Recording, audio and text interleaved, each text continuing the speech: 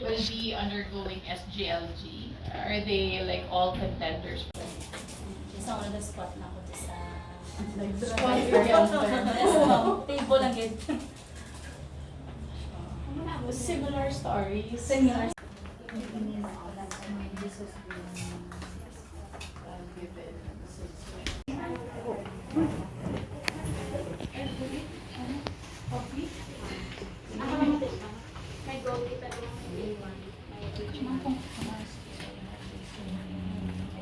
Because sa province, lain ang set up complete yung mga PPOs nga designated sa kada banwa. Kung ay dati lamang man na-reserve ang banwa sa Apon, ka inaulat na yun. Space. But then, Legally. kung kung limited na space, LG, yung isa rin na sila. So, in our part naman sa province this year, so yung mga year nag-start, wala na sila. Yeah, they have their own way.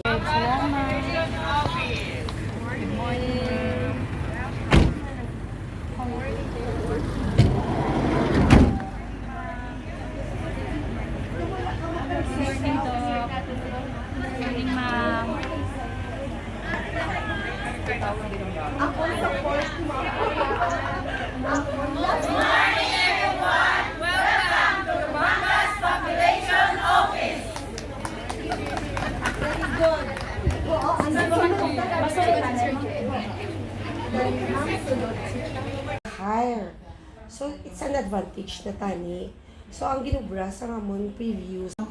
Diri sa population may ara siya nga like PPA kung ano nga mga program kung gina siya Ma'am Ria Jean, please submit your mga proposed PPAs. How many are in your team? Pero kami ang mas crucial pa para sa amon ang sa CDP, kay siyempre mga resource allocation, mga sa infra planning. The board na kung sa diin ang highlights sa population sa Batangas from 2019 when nag-start it can be from zero, low encoded data. Pagsulod to 2018 ako na-appoint.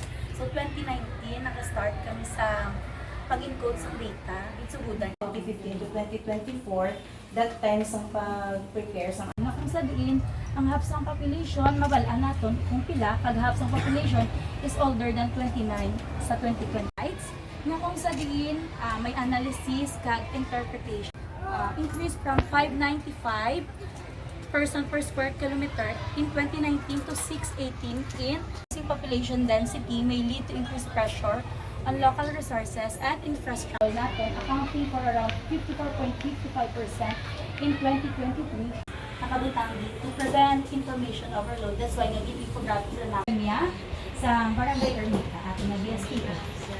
Kita man nato nasa median age, nakaisa-isa na siya. So aring interpretation sa post ang ginagyan dito ang sa punta ang ginagyan yung nga post. So na siya. Nag-ubra gyud. So ari na. We have also the population per barangay by age group. Age group naman siya. Below 1. May buklet ka namin ng per barangay. Per sige ng RAS. Sa columnar na. So may coding man siya. So 1, 2. So ang number 1 naman is master list. Ang number 2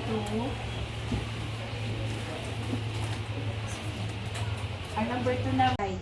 So amo na siya wala sila may mga question kay per page may siya per month. Sa pati ginaman sir, recommendation. Wala mo ko nag-expect na si Sir Ari Disibo sa most populated municipality sa province. That's declare. So, ang ilang data. Ginasunod natin monthly. Kay monthly, dupasta man si BSPO sa ilang demo. So, monthly, SPSS. Kaya namon gina-encode ang mga data ba. And also, lin siya kung ari per barangay, ari siya monthly siya. Now, from 2023, ang population natin is 79,565. As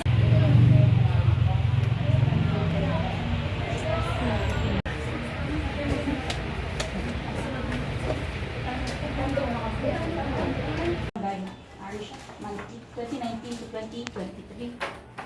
And then sa PMOC, present ko na lang sa infographic. It's lang ko nga sa 2019 to 2023 sa pre-merger tissue 5.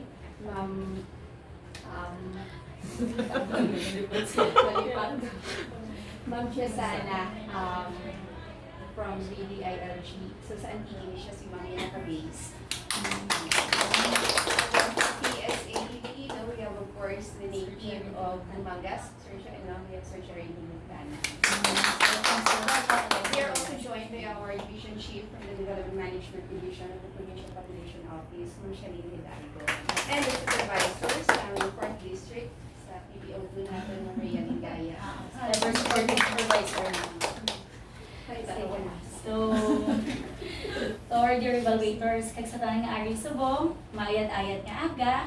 Morning. So, welcome gid sa Dumangas, as always, Sir Jerry, and ang gawa natin ka, new evaluator. So, proud gid ako nga i-present sa inyo ang ginpangbudayan namon dito sa Dumangas. Halin sa BSPO nga level, hasta sa staff po, duwa, kag sa akon man. So, ari siya. That's why nga nadala kami sa top 10 finalists for the 2024 Search for Best Managed Population Data Bank sa province ng Iloilo. So, for the Dumangas 2023 Population Overview, so eyes on the TV please, we have a video graphics nga presentation. Sorry.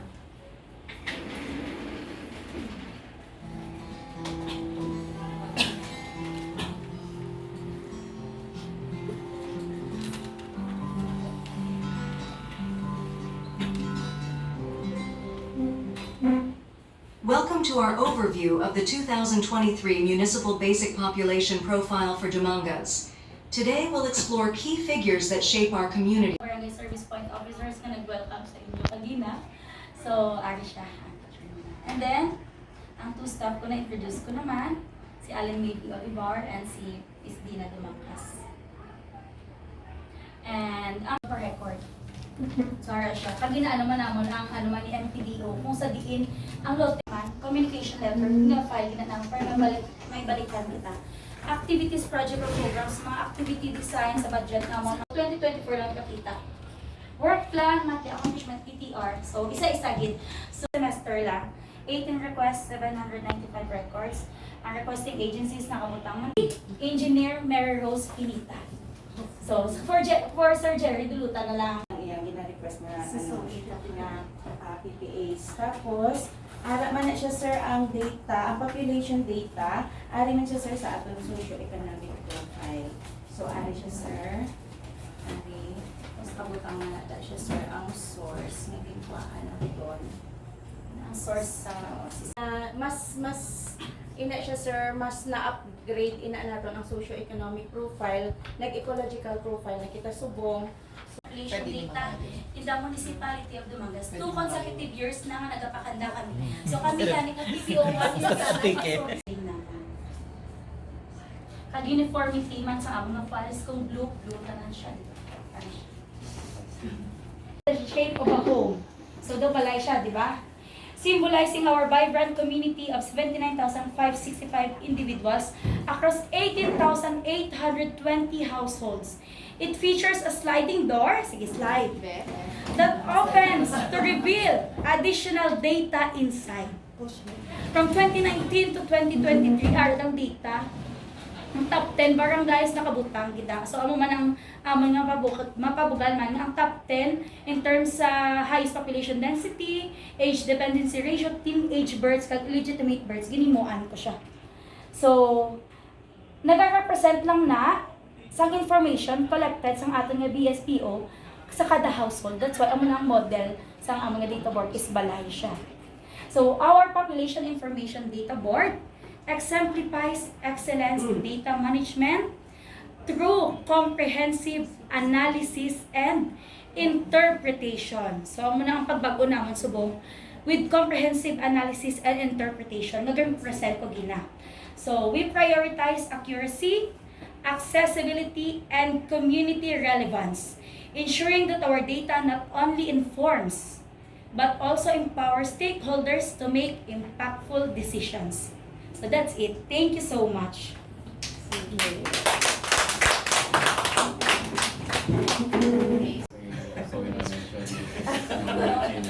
But anyway, congratulations sa municipality of Dumangas for this very dakong siya. So ari siya from, barangay. Ari siya sir, in out yaman, Bangkay, Tutalusan. Monthly kami sir gamitin, monthly man na sila ga-update sang ila demo, ga-permahan na it. Kag naka-attend mo kita sa meeting sa housing, di ra mag-istoryahan naton with MS, kag sang ato nga sa NHA ng mga engineer man, kung ano da ang maayong nga himuon man sa housing ang mga tao. Luwas sa reports ng BSPO, may document pagin to support na dina-acknowledge yung sa barangay ang nagsugod. Ang certification, ang like for example, may ara kita nga, kung hindi gid bala ma-settle ng siya nga doon na budayan si BSPO, ang kapitan sa level nila, sila mismo gakator, ang barangay kagawad assigned, may natabo na di. So ang suggest naton is that mapermahan na gid sang record ang duwa ka pumuluyo kag ang barangay officials or ang barangay kagawad assigned sa dira nga CTU. So may mo sa ang mga file or do proof ninyo na Sa barangay level, sir, ang file nila.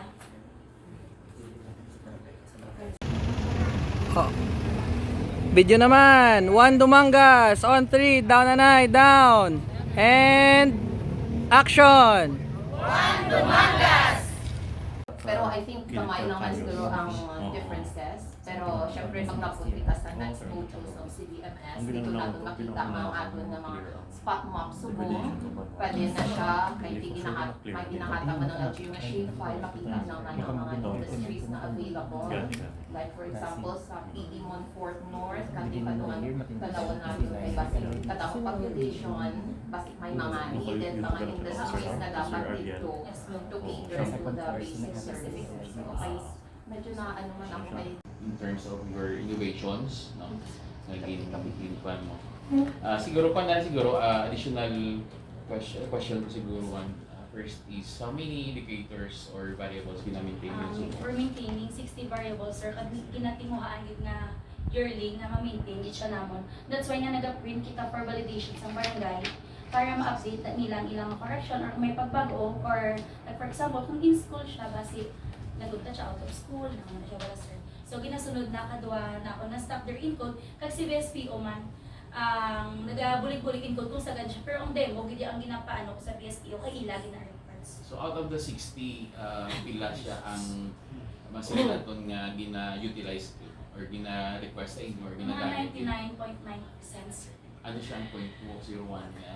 Okay, from household ownership to Western 100% kay BSPO to garbage disposal as sa dirang ating variables, educational attainment, kay ang atong to balang master list ginang naka-folder, tanan dito nga variables is printed dito. So dira sila naga-correct or naga-update sa ilang data. Kaya amo man ang ginatinguhaan nga gina-encode man sini tuig ang 2024, sir.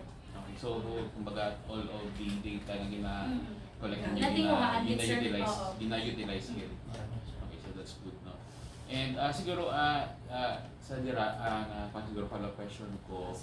So for 2023 ninyong nga data, ano siya ang may masiling mo siya nga kumbaga naging gamit gid nga daw dako ang impact siya sa community.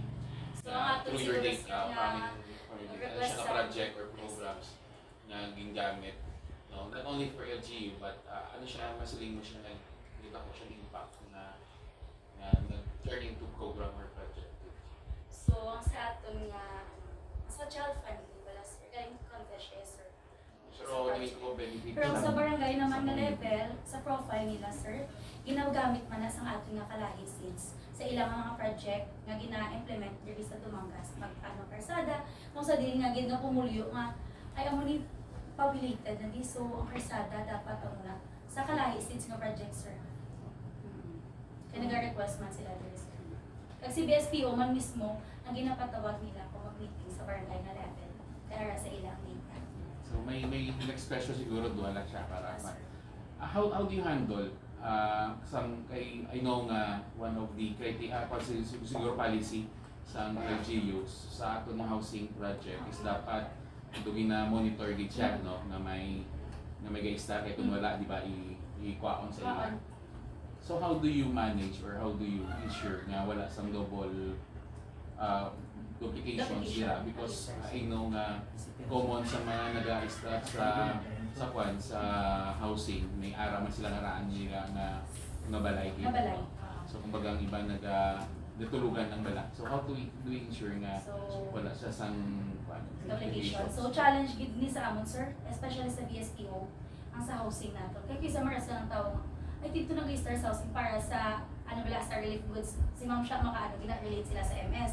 Pero sir, ang gina-offer namon siya is monthly, may meeting kami, update sila sa ilang demo. Kung i-in sa amon ng barangay, sir, i-out dapat sa amon ng barangay, madugay. Specific kita, bisan sa aton nga infant death na ara. So, although kamay na siya 8 point something, pero syempre one death in a community already has a impact. So, yeah, with your, pero all in all, balikan ko no, ang criteria set and the guidelines for this awards program na exceeded ang expectations. So, sa gathering, presentation, and then mga analysis natin. Kaya Jean, ano ka ng course mo? IT. That's why, nag-take sa iya. With the help man sa ako ng mga GO, sir, IT man sila. One siguro suggestion, kaya kung ito din suggest na naman the other yesterday, it's good na may arakan na yes ng QR code kung sa data request. No? Kasi pwede mo na siya kay common usually na pangayo. Kumbaga hindi ka natin lang mag-generate pa sa mga data na request nila. Kumbaga balaan mo na sa mga data needed nila. So you can siguro utilize the Google link na siguro Drive and then siguro integrate mo na ito sa mga Google Form. Kumbaga hindi mo lang siya kinanglan ma-control man ang data request nga data available. Then dira mo na siya isulot ang link mo na at least sila na yung mga makuha na lang sa data no need na kung wala dito sa imo to nga na-generated nga data na available. So amo na siya that time nga maka-request sa imo at least mas mabuhin-buhin na imo nga workload mo. Because we're aiming man, sir, for Namin ni sir nga ibutang ang link sa document sa may after sa Google Form. And action.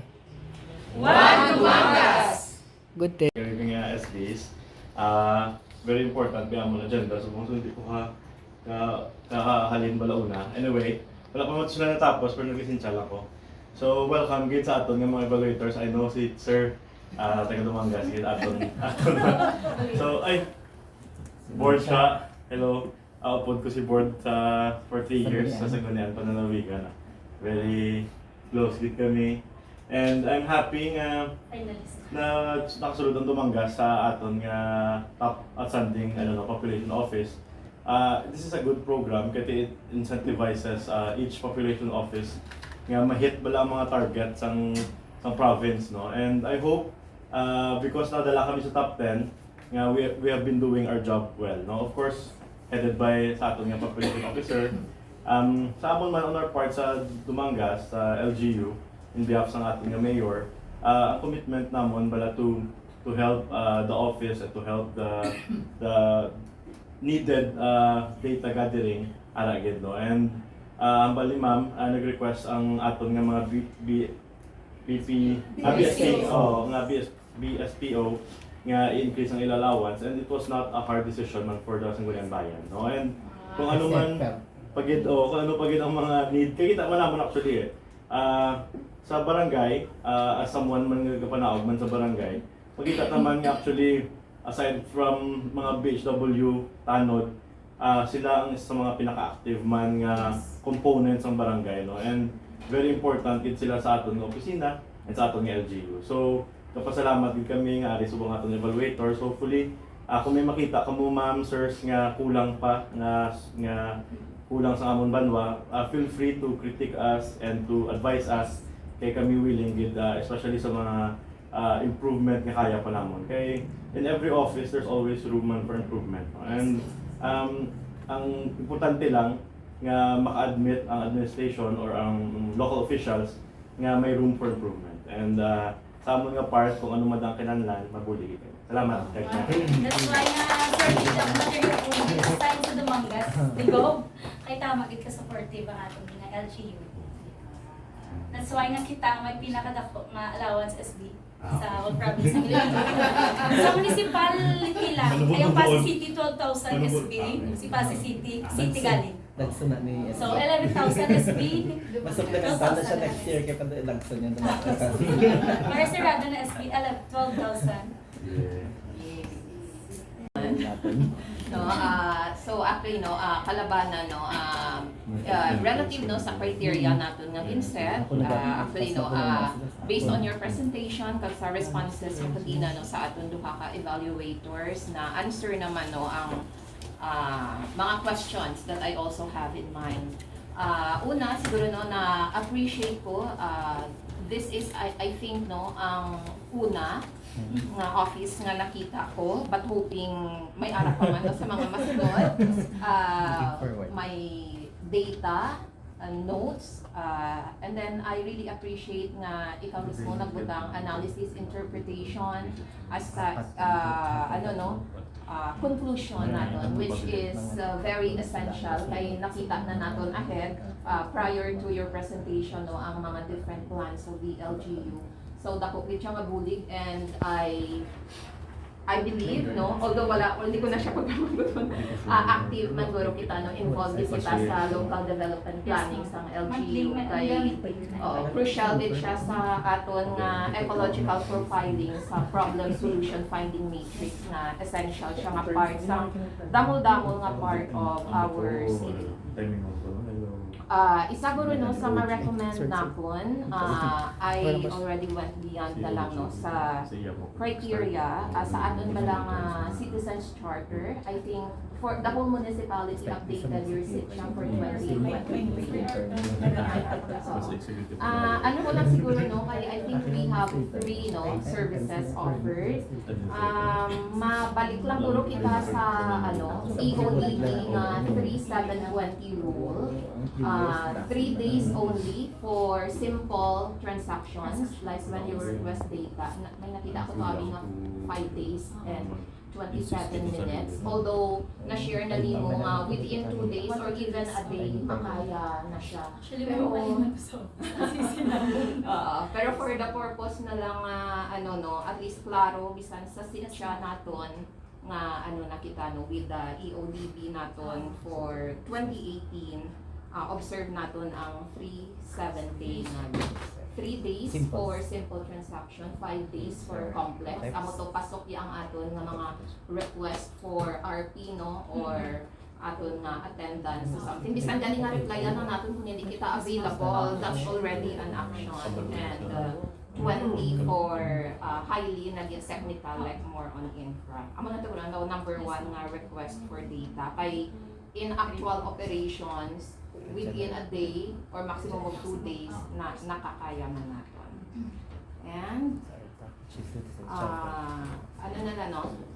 syempre kayo nauna-unahan mo na-analyze, nag-analyze kaya hapos na siya actually no, nahaposan din ako magtanaw sa data kay una abi makita ko nga ang I think barangay Kumpayan,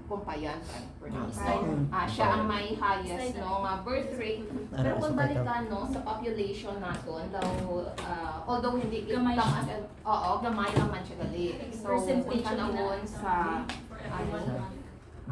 pili on Fort North no, dili ang damo population, pero kung balikan in terms of crude birth rate, wala ang rate. So daw gabalik kita na sa analysis nga it's more on siguro no sa migration natin. So ang na lang no, data gathering wise maayo din, data banking, data management, and na-share man kadina ni MPDC, ongoing ang aton CBMS man no implementation. No, there might be some variations on how we are doing kag may mga result nga medyo hindi siya exactly or as accurate as what you have gathered, pero I would like to solicit your opinion in what way can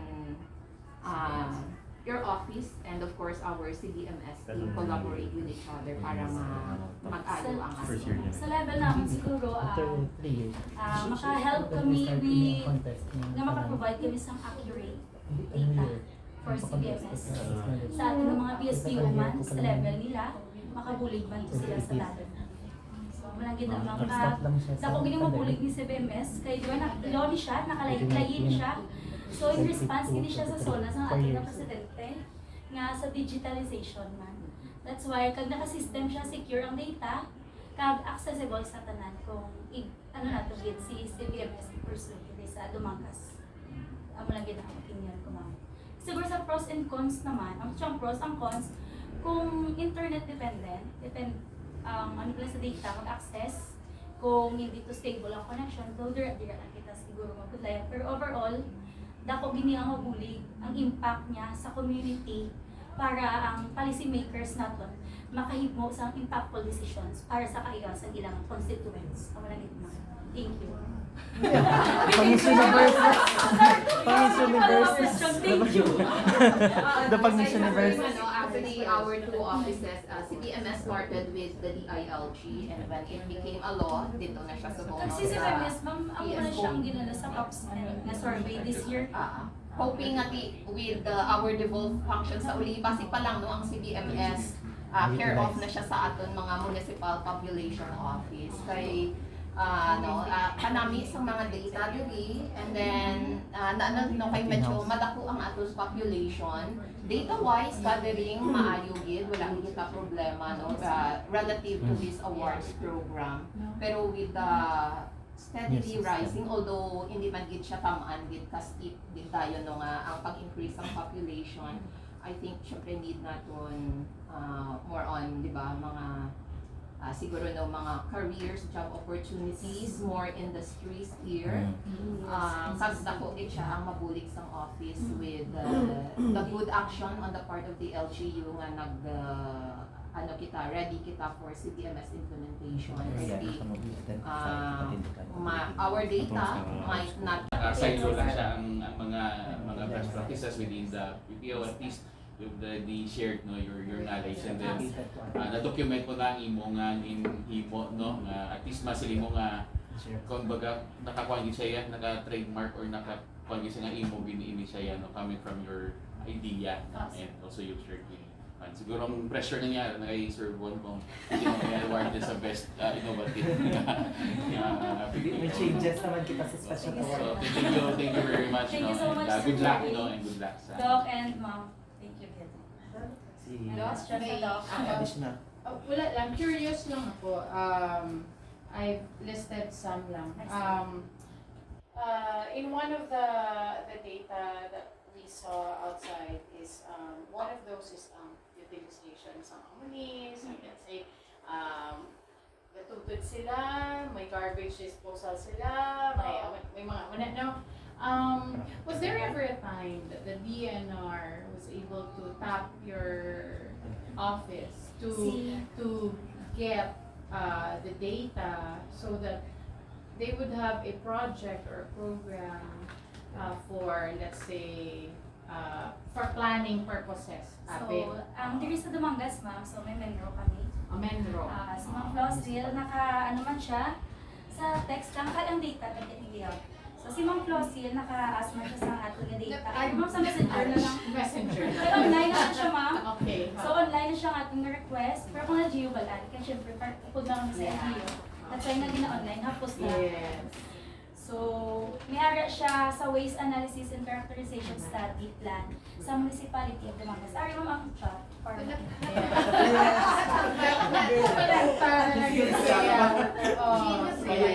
Na-provide ko ang data. In-email ko sa iya, ma'am. Ari ang email ko, ma'am. Proof na na-send Yes, ma'am. Because it means that ang iyang program is anchored on something which is vital. For example, paano magtutod? Knowing dapat bawal magtutod. Ordinance naman kami. Mga amo na pa. So, gituduan ang community sa, let's say, composting or better ways to segregation, kung ano pa that is something, meaning useful within imo data. So, Yes, ma'am. I just wanted to ask. And then, ang sa spot map dito nga, sa barangay level. I appreciate art, and may mga may mga nakita ko sang at least may ari operational, no. But dito at least may wala man gid sing hard fast na rule nga kinahanglan ano sila lang yang naghimo sila Sila, no. ma'am. Okay. Kasi sa barangay nila nga level, ma'am, daw same video. Yeah, Amo na. ma'am. Ari siya, ma'am, makita natin sa presentation ko. Oo. Ang isa ka barangay gali, si Cap ni siya mauna prepare. Ari yun, si BSPO ko. Tapos Ari na, ang mga spot map nila sa barangay, ma'am. Ari man sa may They understand it better. Okay, sige. Okay, another question. I noticed in one of the data here also na some of the would-be couples, example, mostly female, I think 2023 na data, below income siya. Let's say 14,000 lang income niya. Ano, gusto sila magpakasal. What do you do with that? I mean, knowing that if we base it on economic viability of one to really engage in marriage, hindi rin kasya yung 14,000. So what do you suggest with those ano? So, gina-check mo natin ang mga income nila. At least, ang kanda-kanda sa PMOC. So, makita mo dang quiz, ang ginabawi man sa income kalalaki, ma'am. Oo, yeah. Oo. Oo. Tapos, may ara kita under sa responsible parenthood nga topic, ang budgeting nila. Ginadala na lang sa budgeting. So, paano ka mag-budget? So, ako na mga So, paano ka mag-budget sa inyong nga income monthly? Or butang ta sa 15 days, amo ng income nyo. Makaigo-ayan ba lang? So, na-check mo na nila. Oo, okay. Bago saga-saga, magpakasal, dahil ng income mo. So, di na nila ma-realize na amo na kulang din pa nila nga pag-inita. Tapos may zero knowledge on family planning. Yes. Can you imagine? Ang So, lalaki may knowledge of family planning. Ang babae, zero. Ay, mga amo na pala. So, the intervention is during the time na mag-counseling. maganda kami mga So, kung wala siya na sa family planning, di ka pagkikita ka tutok. That's why nga ginatunan natin si couples profile and marriage expectation inventory form before the conduct sa PMOC para mabalanta kung sa diin kita nga topic na matutok sa ila. But in the end, do you still give certification? Yes, ma'am. In compliance na siya sa kaisa sa mga prerequisites sa marriage license, Yes. ang ating na certificate Yeah. of compliance and certificates ng marriage counseling. Sa isa PMO, isa ka certificate. Kasi sa ripple effect na siya. For example, they have zero knowledge of family planning. They have low income. Yes. They will become problematic when they get married. So, I'm gonna kanya habang ko si Chris, so what do you do with that type of couple? Would-be couple, diba? Sa mga relationships siguro. Yes, yes.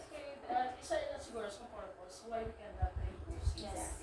Yes, Sa part para sa clarification. sa marriage and relationship, ginakataga mo emphasize you have to prioritize ano ang needs before ang mga pleasure na and then sa iya pa sa theory sa practicing na pa-budget nila ang mga couple. So, may mga may workshop, gamay yung workshop ginano na ito, sila. si 50-30 rule sa budgeting, 50% sa needs na, 20% amo na ang sa ilang savings or 30% ang sa wants. Or ginano ko pwede nga 50% sa income is saved, 50% amo na sa needs kag wants. Kasi sometimes it's during the nila ma-realize during the counseling, oh my God, hindi siya easy mag-marry. Hindi na lang sila magpakasal. Oo. Hama na bala. Pero I'm just curious to know what you do with it. Kasi I saw, oh my God, ang wala ng income. And then, yes, gusto pa rin mag-marry. And then, ang edad, pakabata. So, ano na siya mga purpose pagit sa marriage counseling, Yes. tama ka bata, gina-counseling pagit ka gina-isa Compare. sa MEI, ang ilang kung nag-agree, ang isa nag-disagree, so posible magiging issue na nila kag gina-process na ni Ma'am Sharon sa inyo Yeah. for counseling. Yeah. To add, I appreciate the presence in the Google Map. I appreciate the innovations that you have. Your FB presence. That means that you're catering also to the Z generation. Yes. It's easier. The Z Document generation message. can understand digital. They don't understand paper. So they're more into that. Mas hapo sa ila kung nang scan na lang or click na lang. I think that's a very good in here lang suggestion. Yes, ma'am. Others might not understand casual attire.